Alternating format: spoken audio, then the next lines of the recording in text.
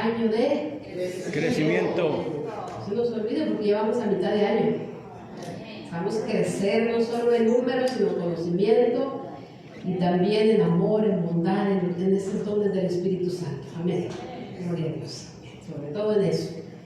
Si crecemos en el don del Espíritu Santo, mire, crecemos en todas las áreas. Amén. Si alguien dice, ¿cuáles son esos dones del Espíritu Santo? Bueno, va a ir a Gálatas 5, 22 y 23. Sabrá cuáles son ese don del Espíritu Santo. Amén. Gracias, Padre, en esta tarde, porque sé que estás con nosotros, Señor. Gracias por tu bendición. Gracias por la oportunidad que nos has dado de estar aquí en tu casa otra vez. Padre, que esa palabra que has puesto en mi corazón, Señor, tú puedas sazonarla con esa unción del Espíritu Santo. Que ese corazón que está ahí dispuesto pueda recibirla, Señor, y practicarla en el nombre de Jesús. Amén. Gloria a Dios. Bienvenidos a la casa del Señor una vez más. Estamos contentos de verle. Cada domingo está más hermoso y más hermoso usted. Sí. El Señor nos hermosea, ¿verdad que sí? Sí. Bueno, gracias al Señor. En esta tarde quiero compartirles una historia, una ilustración sobre una iglesia que no se parece a Vida Abundante, nada que ver. Sobre el pastor de esta iglesia, que después de estar motivando a los hermanos de la iglesia, usted sabe que el trabajo del pastor es véngase a la oración, ¿verdad que sí? Y a veces hasta como que nos cae un poquito gordo. Y nada más no nos ve un día, un miércoles, y luego nos llama, ¿verdad? Llamamos. ¿Está bien? ¿Todo bien? Véngase a la guerra de oración, véngase a la escuela dominical, véngase. Ese es el trabajo del pastor. Usted entiéndalo, ese es nuestro trabajo, motivar. Bueno, este pastor de quien les estoy contando, eso hacía diariamente con los hermanos, con sus feligreses, y les decía, vénganse a la casa de Dios y crezcan en el Señor y amen al Señor, ayuden, oren. Eso que usted oye siempre aquí. Este pastor estaba día tras día, mes tras mes, año tras año, fíjese, año tras año, y pasaron los años. Y el pastor se cansó, porque los pastores se cansan, ¿sabía eso? Sí. Son humanos. Se cansó de repetir lo mismo cada vez y no veía respuesta alguna en los feligreses, en cada miembro.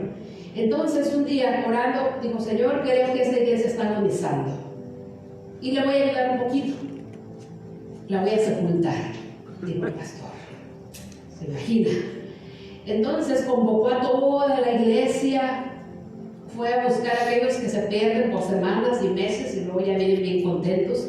Fue a buscarlos, y a los que estaban ahí de vez en cuando, y les dijo, vengan porque tenemos un servicio especial, una ceremonia, y vamos a hacer un funeral. ¿Quién murió, pastor? La iglesia se murió. Y entonces todos se sorprendieron, ¿cómo que se murió la iglesia? Bueno, vengan de tal día, tal hora, llegaron todos, se llenó la iglesia como nunca.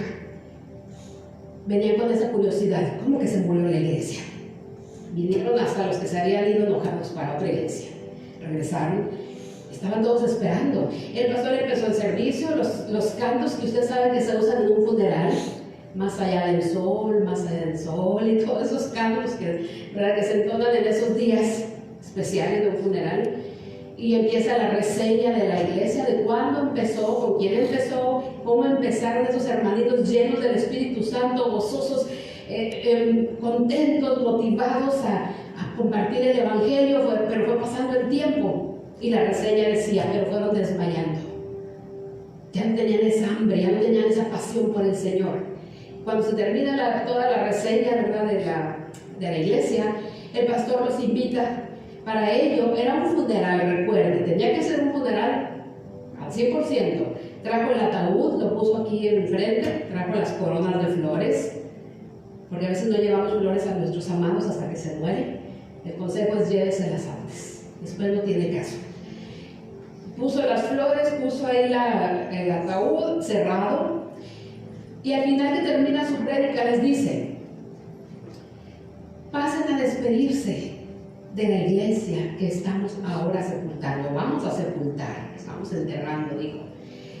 abre el cajón, ¿verdad? El ataúd, y empieza a pasar uno por uno, hace línea. Oiga, había como nunca. Ahora sí se vinieron todos. El pastor pensó, yo creo que voy a hacer funerales todos los domingos para que se llene.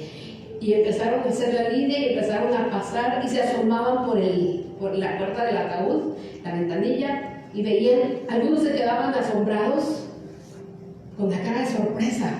¿Quién se había muerto? Pero otros se asomaban, ¿sabe qué hacían? Se arrodillaban en el altar, quebrantados, llorando.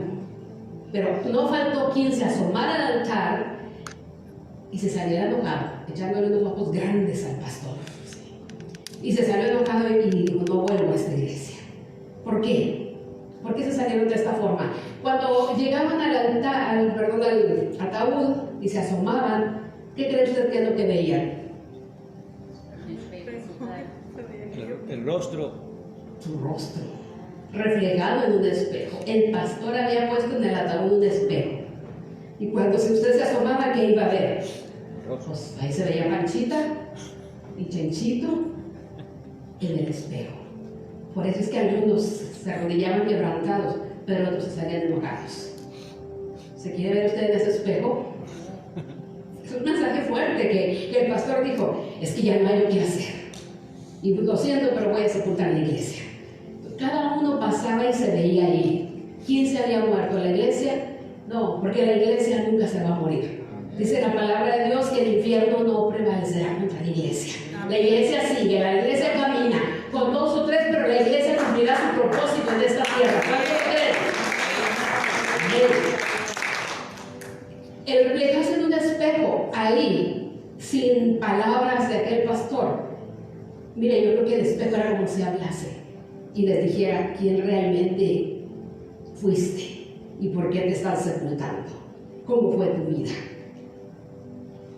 Ya no sabemos más qué pasó, ¿verdad? Con esta iglesia, pero esta ilustración me recuerda mucho a una iglesia que está escrita en la palabra, que se le conocía como la iglesia tibia, como la iglesia agonizante.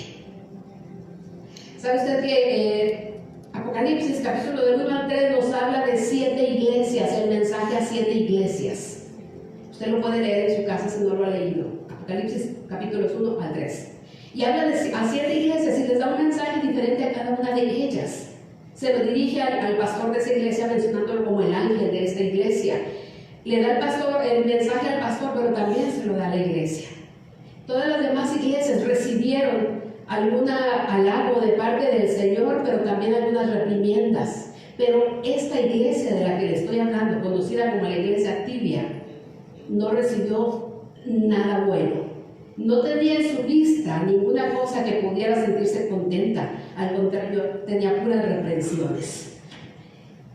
Y esta fue la iglesia de la Odisea, en la Odisea. Son lugares que se encontraban en Asia, que ahora viene siendo Turquía.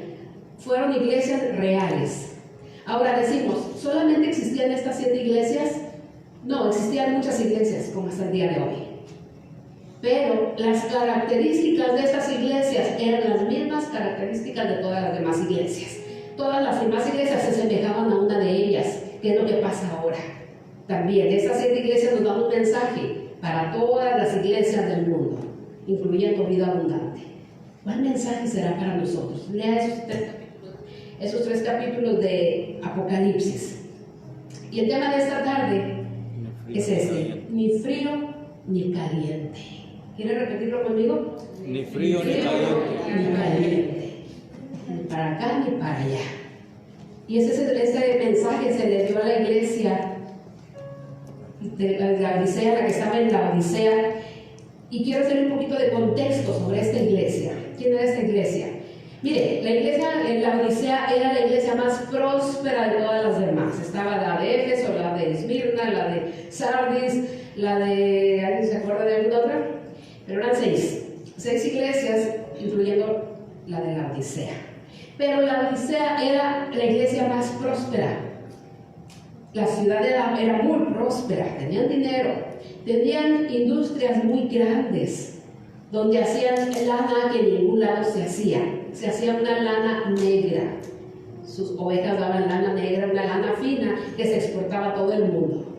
Tenía también una escuela, la mejor escuela de medicina, ahí en la Odisea. Salían los mejores médicos, muchos iban a estudiar ahí, se graduaban de ahí.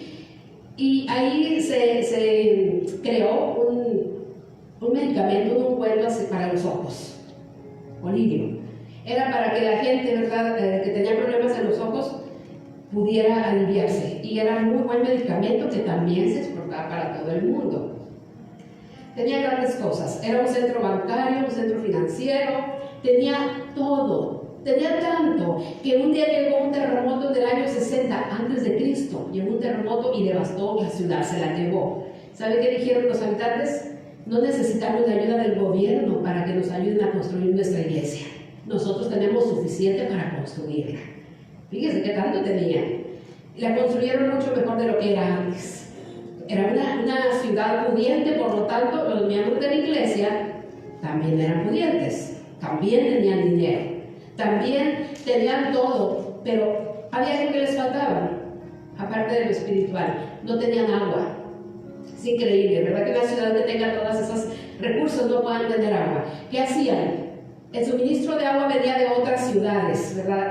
Al norte tenían una ciudad que se llama Colosas, que aparece ahí en la Biblia, y esa ciudad de Colosas les enviaba agua, ¿verdad? Construyeron acueductos y Colosas les enviaba agua, pero Colosas tenía unas montañas grandísimas, siempre con nieve, con hielo arriba.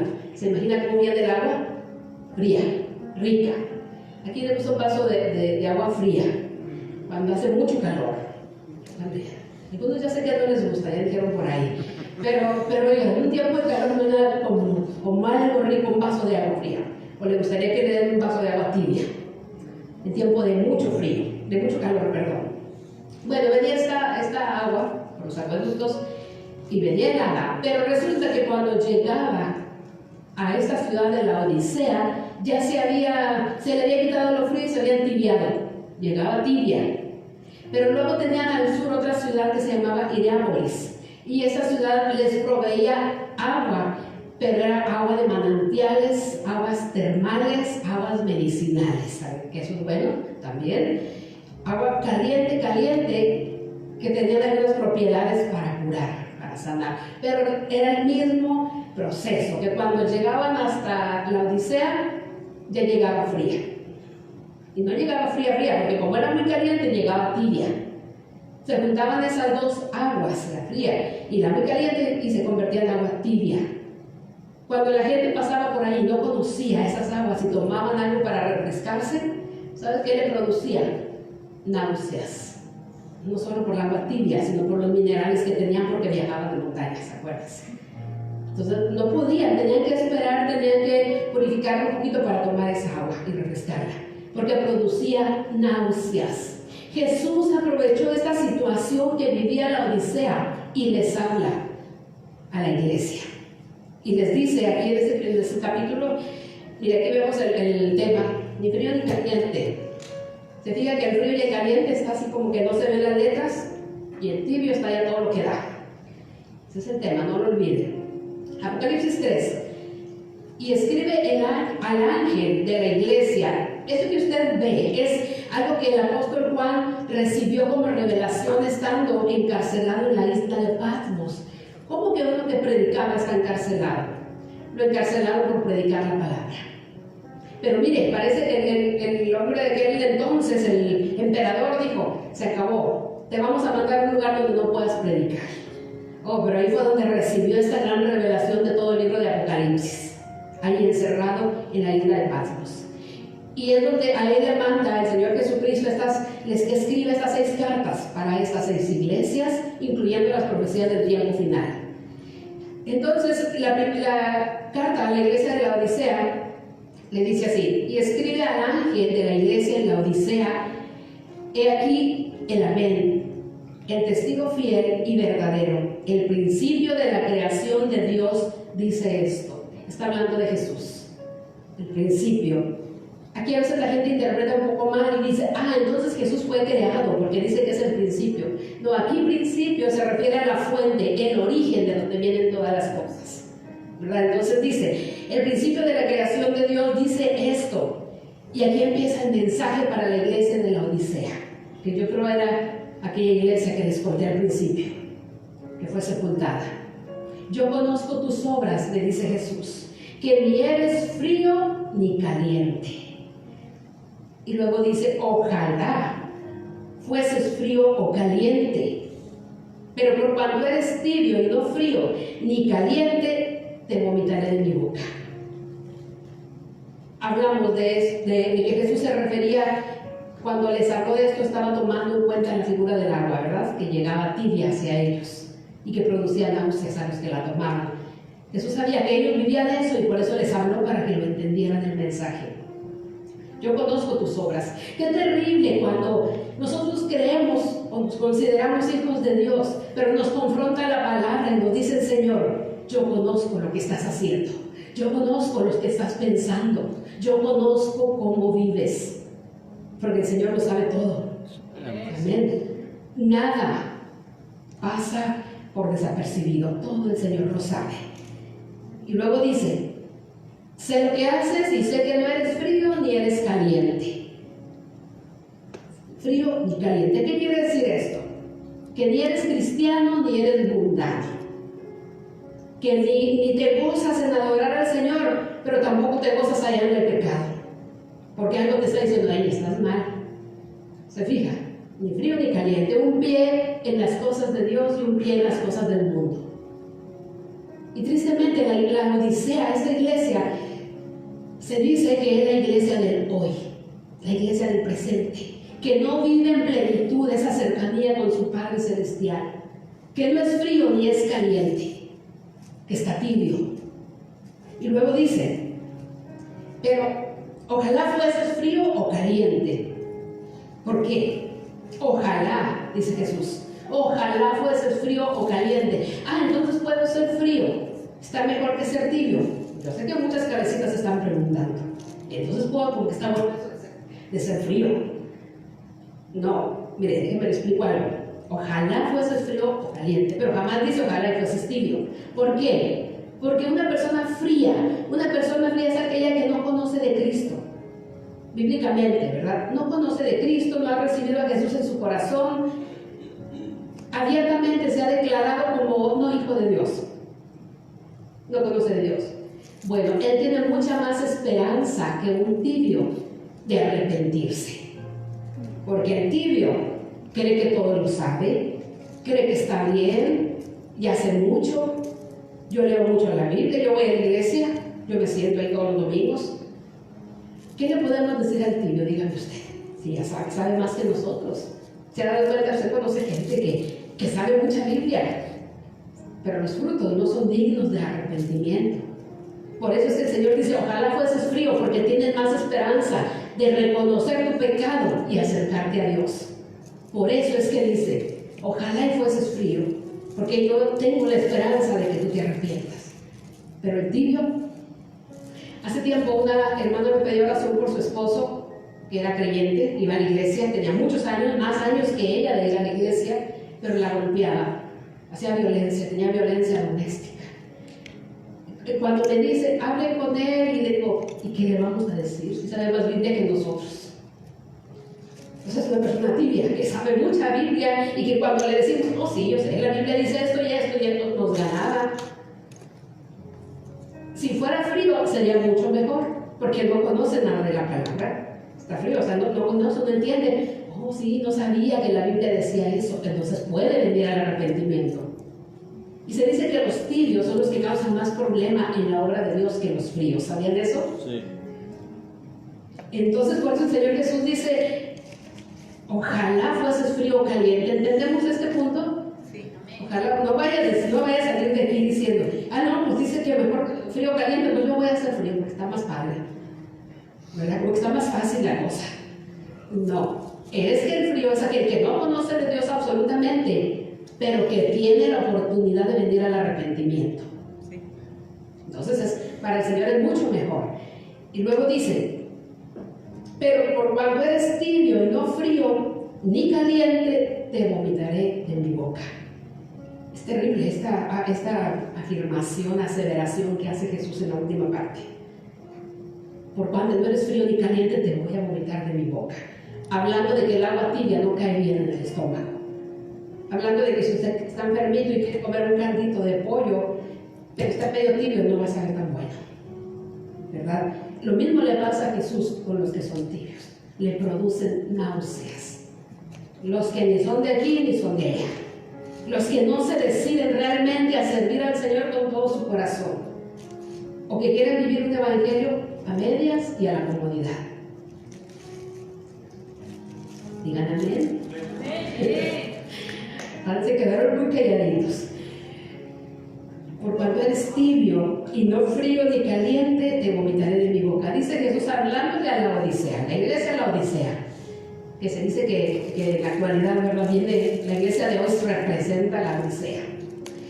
En estos días, en la semana pasada que anduvimos por ahí evangelizando en la calle, hablé con un hombre y él me dice, oh sí, yo soy cristiano y la Biblia dice esto y esto. Oiga, sabía más que yo. Y me empieza a decir todo lo que la Biblia dice. Le digo, y va a una iglesia y dice, no, ya no voy. Empezó la pandemia y ya no fui. Digo, ¿por qué? Pues primero porque cerraron y luego pero no les daban a través de Zoom, a través de... Oh sí, pero a mí eso no me gusta, es mejor no. Pero yo oro en mi casa, yo oro en mi casa, y yo en mi casa, y en mi casa. Digo, cuando hace todo eso en su casa, el Espíritu Santo no le redarguye y le dice, ve a mi casa, no deje de congregarte, como algunos tienen por costumbre, dice el apóstol, el escritor a los Hebreos. Y él dice, no, y no me gusta porque luego eligieron un horario que a mí no me gusta. Entonces le dije, bueno, Dios te bendiga. ¿Por qué? Porque era bueno que fuera frío. Porque así yo podía exponer el mensaje de salvación. Pero era un tibio, o sea, sabía más que yo. Pero no quería. Quería vivir un evangelio acomodado a su manera, cómodo. Como muchos cristianos hay hoy en día. Sí. El que sigue, mire. Lea conmigo. 17, ¿qué dice? Porque tú dices, yo soy libre, me he enriquecido y de ninguna cosa tengo necesidad. Ahora sabes que tú eres un desventurado, miserable, pobre, ciego y desnudo. Santo. Y usted dice, oye, es que el pastor es muy duro para hablarnos. Mire cómo hablaba Jesús. Mire cómo hablaba Jesús. ¿Por qué dice esto? Le dice a la Odisea, a la iglesia que estaba en la Odisea. Ellos dicen, yo soy rico y me he enriquecido. Hablamos al principio de que era una iglesia próspera, ¿verdad que sí? Que tenía todo. Porque hay muchos ricos que tienen todo o que tienen dinero pero no tienen nada, ¿verdad? Que lo único que tienen es dinero. Pero no hay paz, no hay tranquilidad. No hay esa esperanza que tenemos en Dios. Esta iglesia tenía todo. Y por eso Jesús les dice, porque tú dices, ellos decían, yo soy rico y me he enriquecido y de ninguna cosa tengo necesidad. ¿Ha escuchado usted gente que dice, oh, esto yo lo construí con mis propias fuerzas? A mí nadie me ayudó. Ahí está Evita. Eso decía antes, ¿verdad? A mí nadie me ayudó, yo me hice rica sola. Yo pude hacer todo eso y nadie me dio nada. ¿Y quién te dio las fuerzas? ¿Y quién te dio la salud? ¿Y quién te dio la vida? ¿Y quién te dio la sabiduría? Todo viene de Dios. Entonces esta iglesia decía, yo soy rico y me he enriquecido y no tenemos necesidad de nada, construimos nuestra ciudad solos. Dice, no tengo ninguna necesidad de nada. Oiga, lo tenían todo. Pero miren cómo los confronta el Señor Jesús. Y no sabes que tú eres un desventurado, miserable, pobre, ciego y desnudo. ¿Por qué estas palabras? Porque acuérdense que la Odisea era una ciudad que aparte de tener mucha riqueza, se creía que tenía todo, pero también tenía una gran escuela donde sanaban a todas las personas con problemas de vista. Jesús les dice, tú crees que ves, pero estás ciego. Puedes tener el mejor bolillo, pero estás ciego de las cosas espirituales, no tienes discernimiento, no entiendes. Y no todo es material. Dice ciego y desnudo. ¿Por qué desnudo? Porque ellos se creían que construían las mejores lanas. Acuérdense, una lana negra fina que se transportaba o se exportaba a todo el mundo. Creían que tenían todo, pero espiritualmente estaban desnudos. No tenían con qué arroparse. Las ropas son, dice la palabra de Dios, Apocalipsis 12:8, dice que son las obras justas del santo, las acciones justas. Eso es lo que nos arropa.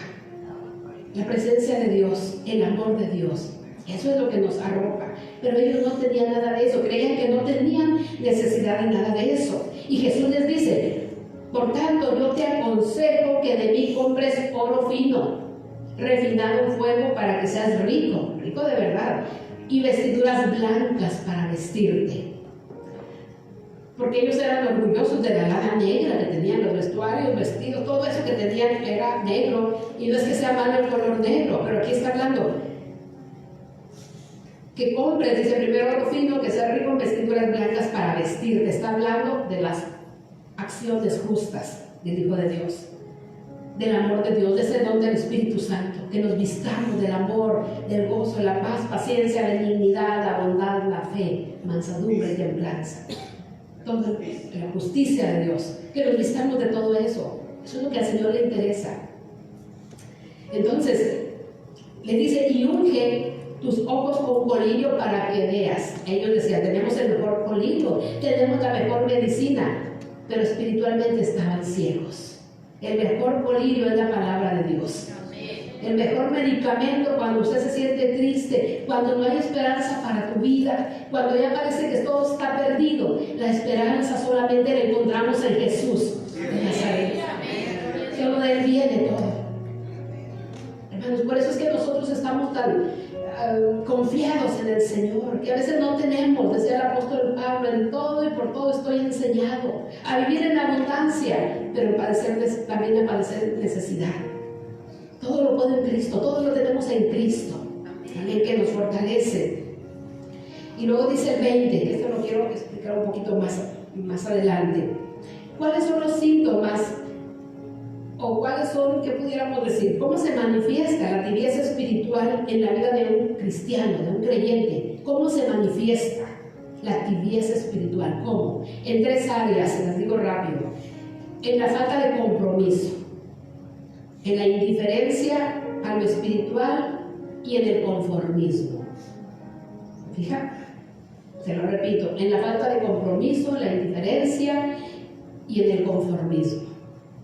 Un creyente tibio nunca va a querer comprometerse. Dice un hermano, ya tenía como 30 años de creyente, y él decía: no, yo no me voy a bautizar porque no quiero adquirir compromiso con la iglesia. Nunca se bautizó. Bueno, cuando ya llegó a la muerte, ¿verdad?, al hospital, ya estuvo en coma, y cuando logró salir dijo: solo regresé a bautizarme. ¿Por qué? Porque el Señor porque sentí que estaba en desobediencia. Y no es que te tienes que bautizar para entrar al cielo. Si recibiste a Cristo en tu corazón, tú puedes entrar al cielo. Pero nomás acuérdate que el bautismo es un paso de obediencia. Estamos desobedeciendo al Señor si no lo hemos hecho. Entonces, el cristiano o el creyente, voy a decir el creyente tibio, no quiere compromisos, ni con Dios ni con la iglesia. Nomás voy, me siento, canto, qué bonita la música y qué bonito todo, y me voy y me desaparezco por 3 o 4 semanas. ¿Verdad que sí? No quiere compromiso.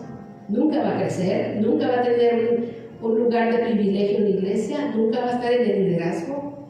¿Por qué? Porque esto es compromiso. Quienes están en el liderazgo saben qué es compromiso y que tienen que poner un ejemplo a toda la congregación. Un creyente tibio no lo va a querer. Esa es falta de compromiso, es decir, no quiero hacerlo porque luego me van a estar jalando, luego me van a estar: ¿por qué no estás haciendo tu trabajo? Porque entonces un creyente tibio prefiere no tener compromiso. No, yo voy, me siento y me voy, y que nadie me diga nada. Por eso no me comprometo, no hay compromiso. Lee la Biblia cuando quiere, ora cuando quiere, ofrenda cuando quiere, busca a Dios, ayuda cuando quiere, a su manera. Yo vivo mi evangelio como yo quiero. ¿Y es realmente como Dios quiere?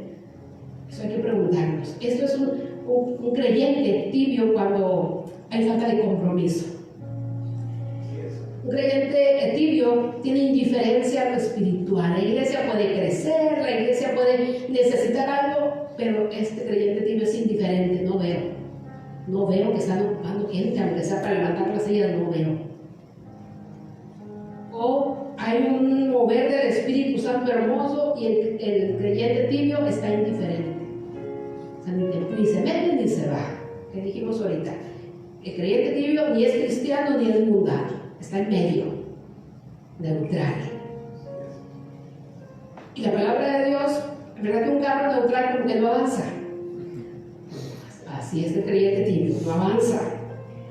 Y también el creyente tibio vive en conformismo. Bueno, yo ya hice mucho, yo ya oré mucho, yo ya tengo muchos años de conocer a Dios. Es más, ya hasta evangelicé mucho, ya no voy a evangelizar, ya te voy a compartir donde ande, porque ya lo hice por mucho. Estoy bien, ya sé mucha Biblia, ya fui a la iglesia por muchos años, ya sé todo. Caen en un conformismo espiritual y ¿sabe qué? Que la palabra de Dios tiene abundancia para toda la vida. El crecimiento del Espíritu, si usted quiere, va a crecer más y más y más y más en el Señor. Si usted se sienta y dice, ya es suficiente todo, bueno, ahí se va a quedar. Conformismo espiritual. Ese es un creyente tibio. Se conforma con lo que tiene y ve que otros avanzan y pasan y se enojan. Oye, pues si yo llegué primero, ¿por qué agarraron a aquel? ¿Por qué será? Porque se sentó en el conformismo y no quiso hacer nada más. Acuérdense, es un creyente tibio, falta de compromiso, indiferencia espiritual y conformismo. El creyente tibio está agonizando. Cualquier día le van a hacer su funeral. No se vaya a sorprender. Va a decir, ¿por qué? Por eso hay que empezar desde ahora, ¿verdad? A analizarnos, a revisarnos. Y luego, mire, el versículo 20, ya casi terminamos. El versículo 20 dice, Jesús le dice a la iglesia de la Odisea, no le dice, te vomitaré de mi boca, ya estás vomitado, ya no tienes esperanza. No, hay esperanza en Cristo siempre. El Señor nos ama siempre.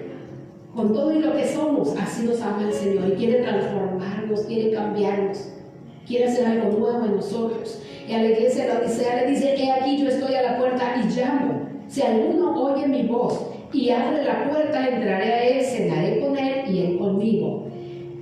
Normalmente usamos este versículo para evangelizar a la gente que no conoce de Cristo. ¿Se ha fijado? Usamos mucho este versículo. Realmente no es para ellos.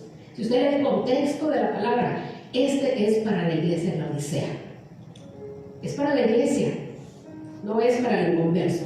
Esta palabra es para la iglesia, porque fue para la Odisea. ¿Por qué? Porque la Odisea tenía todo, tenía riquezas, tenía todo, no teníamos necesidad de nada, decían ellos. ¿Y sabe qué hicieron? Sacaron a Jesús de la iglesia. En nuestros tiempos han sacado a Jesús, han sacado la palabra, han sacado la oración de las empresas, de la escuela, de donde quiera. Y tristemente hay iglesias que han sacado a Jesús. ¿Por qué? Porque hacen sus programas, no es de 12 a 1 y vámonos, falta lo que falta. ¿Y qué? ¿Y el mover del Espíritu Santo? No le damos lugar al mover del Espíritu Santo, porque somos muy programados. Porque dijimos que hasta aquí y hasta aquí. Bueno, esas son iglesias que sacan a Jesús. ¿Y qué estamos haciendo? Se convierte en un club social. Se convierte simplemente en un grupo donde nos reunimos, cantamos los mismos y nos vamos. Y no hay esa llenura del Espíritu Santo, no hay ese toque del Señor, no hay ese cambio en nuestras vidas. Esa palabra era para la iglesia, no para el inconverso. La Odisea. Lo habían sacado. Y luego dice, abre la puerta, entraré a él, cenaré con él y él conmigo. Quizás decimos, bueno, ¿por qué cenará? ¿A qué se refiere? Yo toda la vida escuché este versículo desde muy pequeña y yo decía, bueno, ¿y por qué Jesús viene a cenar? No, nada más. ¿Y se va a ir o qué? A veces uno piensa en cosas, ¿verdad? ¿Por qué a cenar? En el tiempo antiguo, y creo que ahora también, se usa mucho lo que es nada más el desayuno, la comida y la cena. Pero en el tiempo antiguo dice que solamente se comía algo demasiado ligero en la mañana, la comida también era medianito y la fuerte era la cena. Y las familias estaban obligadas a reunirse y platicar, que bueno que no había celulares, ¿verdad? Porque se sentaban y platicaban y convivían y se conocían, nos conocemos. Esa era una ley, tenían que reunirse a la hora de la cena y se pasaba el tiempo y ellos ahí estaban. Por eso es que Jesús dice, cenaré contigo y tú cenarás conmigo, porque quería pasar tiempo con ellos. Un tiempo que no estemos con las prisas, sino pasarlo a los pies del Señor. Conocerlo cada día más. Entonces, este versículo habla a la iglesia, y de ahí conocemos, bueno, dice para terminar, ahora le muestro otra imagen. Al que venciere, dice Jesús, porque en esa iglesia de la Odisea, que era agonizante, que estaba a punto de morir, podían salir algunos vencedores. Sí se podía. Pero oiga, para salir de esa iglesia casi ya en la tumba, tenía que no hacer un esfuerzo físico, sino de verdad una búsqueda profunda de la presencia de Dios. Al que venciere le daré que se siente conmigo en mi trono, así como yo he vencido y me he sentado con mi Padre en su trono. Mire la promesa del Señor Jesús. Si tú vences, yo te voy a dar esa oportunidad que te sientes conmigo en el trono. Sí, estás a punto de ser vomitado, pero si tú te arrepientes, si tú vuelves a tu primer amor, te voy a dar la oportunidad de que entres conmigo y te sientes en el trono con mi Dios. Qué hermosa promesa del Señor. Aún a como estaba la iglesia. El que tiene oído, oiga lo que el Espíritu dice a las iglesias.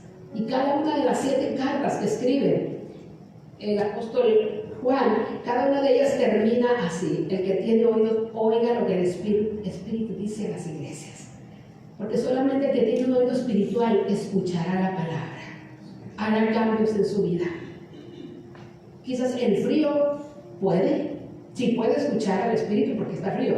El tibio es muy difícil. Pero también tiene la oportunidad de salvación si reconoce que ha vivido una vida de tibieza, y si puede venir al arrepentimiento. Y el cristiano caliente quiere decir que está en fervor, que está en el fuego del Espíritu Santo. Y hay un versículo, mire, yo reprendo y castigo, hablando de Jesús todavía, estaba molesto con la Odisea. Yo reprendo y castigo a todos los que amo. Sé pues celoso y arrepiéntete. Le está dando la oportunidad de arrepentimiento. Sé pues celoso y arrepiéntete. No es el celo que nosotros conocemos. O es que me cela porque me ama. No, ese no es amor. Ni es el celo carnal que está hablando aquí. Aquí está hablando ese apasionamiento por Dios. Ese celo santo por la obra de Dios, por la palabra de Dios. Ese celo que sintió Jesús cuando entró a la iglesia y vio que todos vendían. ¿Se acuerdan? Y empezó a echar a todos hacia afuera. Porque tuvo un celo santo de Dios en esa ocasión. Tú puedes ser celoso y arrepiéntete. Cuando hablamos de arrepentimiento, acuérdese, es una cuenta completa, y lo hemos hablado en otras ocasiones, que si usted va en una dirección, completamente se voltea a la otra. Ese es arrepentimiento. Arrepentimiento no es, bueno, me volteo un poquito y puedo andar ahí de tibio y haciendo unas cositas por acá.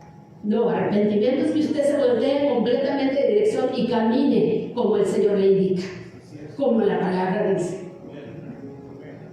Sin voltear atrás, me parece que el que voltea atrás no es digno, ¿verdad?, de seguir. Entonces, ese es el arrepentimiento, una vuelta de 180 grados, ¿verdad?, completamente, y dejar el mundo atrás. Eso es si queremos salir de la frialdad y la tibieza espiritual, si queremos estar calientes en el espíritu, fervorosos. Y cuando dice celoso, no se refiere a ese celo que yo le compartía, sino en el original viene escrito ese celos con Z. Celo, ¿qué quiere decir esto? Que es fervere, le llaman fervere, pero en nuestro español es ferviente. ¿Qué es ferviente? Es como algo que está hirviendo en la ebullición. Hirviendo es agua. Oh, está bien ferviente. Así es el cristiano que Dios quiere. Fervientes en el espíritu, sirviendo al Señor. Que quizás nos cansamos porque somos humanos, pero venimos al Señor, que es nuestra fuente, descansamos y a seguirle en el nombre del Señor. Eso es ferviente. El Señor así nos quiere, caliente, sirviendo. Y mira, hay un versículo que contiene esta misma palabra, Romanos 12:11, la Reina Valera dice: en lo que requiere diligencia, no perezosos, fervientes en espíritu, sirviendo al Señor. En la misma palabra, si usted lo lee en el original o en griego, ahí en vez de decir fervientes, dice celos. Quiere decir eso, fervientes, en ebullición, calientes, en fuego. Oiga, hay hermanos que andan en fuego toda la vida. Conocimos un hermano que hasta cuando le tocaba, me quedó esa imagen de este hermano que hasta cuando limpiaba los baños andaba ahí hablando en lenguas. Andaba gozoso el hermano y andaba limpiando los baños, trapeando, andaba, y luego ya salía con el trapeador y alababa a Dios y cantaba. daba gusto ir al baño, ¿verdad? Estaba ferviente en el espíritu, estaba en fuego ese hermanito. Pero cuando empezamos a entibiar, hermanos, ahí empieza el problema. No se deje entibiar, porque eso es bien fácil. Poquito a poquito. Un muchacho llamado Ramiro llegó a la iglesia como a los 15 años, 15 añitos. De verdad que recibió a Jesús en su corazón, su vida empezó a cambiar. Y él amaba la palabra de Dios, leía la Biblia, empezó a dejar lo que él consideraba que a Dios no le agradaba, como de música mundana y cosas así que decía, es que esto no me edifica, esto sí me edifica. Y empezó a hacer cambios, empezó a crecer, pero ya como a los 25, 26, dijo, bueno, creo que ya leí mucho de la Biblia, creo que ya leí mucho, y empezó a bajarle al ritmo. ¿Sabe qué pasó? Ya cuando llegó a los 30, era un tibio completamente. Todo lo criticaba.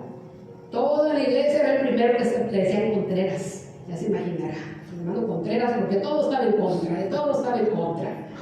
Ya no era el mismo Ramirito que empezó. Es fácil, hermanos, que si estamos en fuego, poquito a poquito, el enemigo va a usar esto, la flojera, la pereza, el conformismo, todas estas cosas que dijimos, las va a usar para enfriarnos. Porque es más, va a estar echándole aire ahí el enemigo. Hasta se va a dormir en las prédicas, como algunos, ¿no es cierto? Porque es el calor, ¿verdad? Pero ¿sabe que es tan fácil? Era para que se despertaran. Es tan fácil entibiarse, queridos muchachos, y yo quiero hablar de los jóvenes y a los niños, a Dieguito, que es nuestro único niño ahorita, ¿verdad? Ya es adolescentito. A los jovencitos, muchachitos que tenemos. Este mensaje es para todos. Nunca digan, chicos, nunca digan, eso es para los grandes, ese mensaje es para los grandes. No, todos los mensajes son para ustedes, mijitos. Con todo el amor de parte del Señor, pero es para ustedes porque les ama el Señor. Porque tiene grandes planes para ustedes. Porque quiere que hagan lo que nosotros ya no podemos hacer. Ustedes van a salvar a las siguientes generaciones. Y las van a sacar de donde están, de los vicios, del alcohol, de las drogas. Ustedes les van a llevar un mensaje que los va a despertar en el nombre del Señor. Entonces estos mensajes es para ustedes, hijos, también. Siempre reciban la palabra de Dios. Entonces el Señor quiere siempre que estemos fervientes en el espíritu, gozosos. Si usted siente que anda como que ahí colgando ya la cobija, no, levántela en el nombre del Señor. Diga, ayúdame, Señor, ayúdame, porque la cobija como que se me anda colgando. La toalla, ayuda al Señor, va a traer fuerzas a su vida. Amén. Y dice, lo que se requiere diligencia, sea diligente en hacer las cosas de Dios. Que siempre usted pueda trabajar para el Señor con ese fervor, con esa diligencia. Pida al Señor si se cansa, pero trabaje siempre para el Señor, para no darle ocasión al enemigo de caer. Y si no se ha involucrado, involúcrese, porque es la manera que usted puede permanecer firme. Amén. Hay mucho trabajo que hacer, diligencia. Y la otra versión del mismo versículo me gusta. Aquí está más claro, dice, no sean perezosos. ¿Qué tal? Y si no está tan claro, pues no sean flojos. Más bien trabajen con esmero. ¿Qué es esmero? Oiga, esmero es con una dedicación total, con esmero. ¿Qué es esto con esmero? Dice la gente. ¿Cómo? Dar lo mejor, ese es esmero. Dar lo mejor, con esmero. Hacer eso para la obra de Dios, para nuestros hermanos, dar lo mejor. Si usted da clases, hágalo con esmero. Si usted canta, hágalo con esmero. Si usted ofrenda, hágalo con esmero. Lo que usted haga, hágalo con esmero. Dice, no perezosos, no flojos. En la obra de Dios no hay lugar para los flojos. ¿Sabía eso? No hay lugar porque estamos en últimos tiempos y tenemos que estar activos. Tenemos que estar sirviendo en fuego. Amén. Amén. Más bien trabajen con el y sirvan al Señor con entusiasmo, que es lo que a veces nos falta, el entusiasmo. Imagínense que vengamos a predicar nosotros ya sin entusiasmo. Oiga, pues ya me cansé. Oiga, hermanos, pues como que ya, a ver qué quiere pasar. Ya estamos bien cansados. Les hablamos y les hablamos sin nada. No es el caso, aquí se hace el caso, ¿verdad? Pero imagínense usted, ¿qué les transmite un pastor así? Ya pues vámonos, decían, ¿verdad? ¿Qué vamos a estar haciendo aquí con este pastor perezoso? Ya se cansó, bueno, váyase a descansar. No, al Señor con entusiasmo, todo lo que usted haga con entusiasmo, hágalo con una sonrisa de oreja a oreja. Dice la palabra del Señor que el trabajo de Él no es en vano, todo trae recompensa. El Señor le va a bendecir todo lo que haga, los que traen para la escuela dominical, la comidita que traen, hágalo con esmero. Lo han hecho hasta ahorita, de más, diría yo. Pero hágalo con esmero, todo lo que haga, hágalo con esmero. Termino. 2 Timoteo 1:6. Le dice el apóstol Pablo al joven Timoteo: por lo cual te aconsejo que avives el fuego del don de Dios que está en ti, por la imposición de mis manos, dice el apóstol Pablo. Aviva, te aconsejo que avives, que no lo dejes apagar. El Señor puso un fuego en cada uno de nosotros. El Señor puso algo, nunca se sienta, es que yo no sé hacer nada, es que yo no puedo. Si el Señor lo llamó, el Señor lo equipó. Y lo va a preparar cuando usted se levante y decida voy a servir a Dios, el Señor lo va a equipar, lo va a preparar. Créanlo, en el nombre del Señor. Y entonces aviva ese fuego del don. Hay un don en cada uno de nosotros. Avívenlo, no lo dejen apagar. No lo entibien.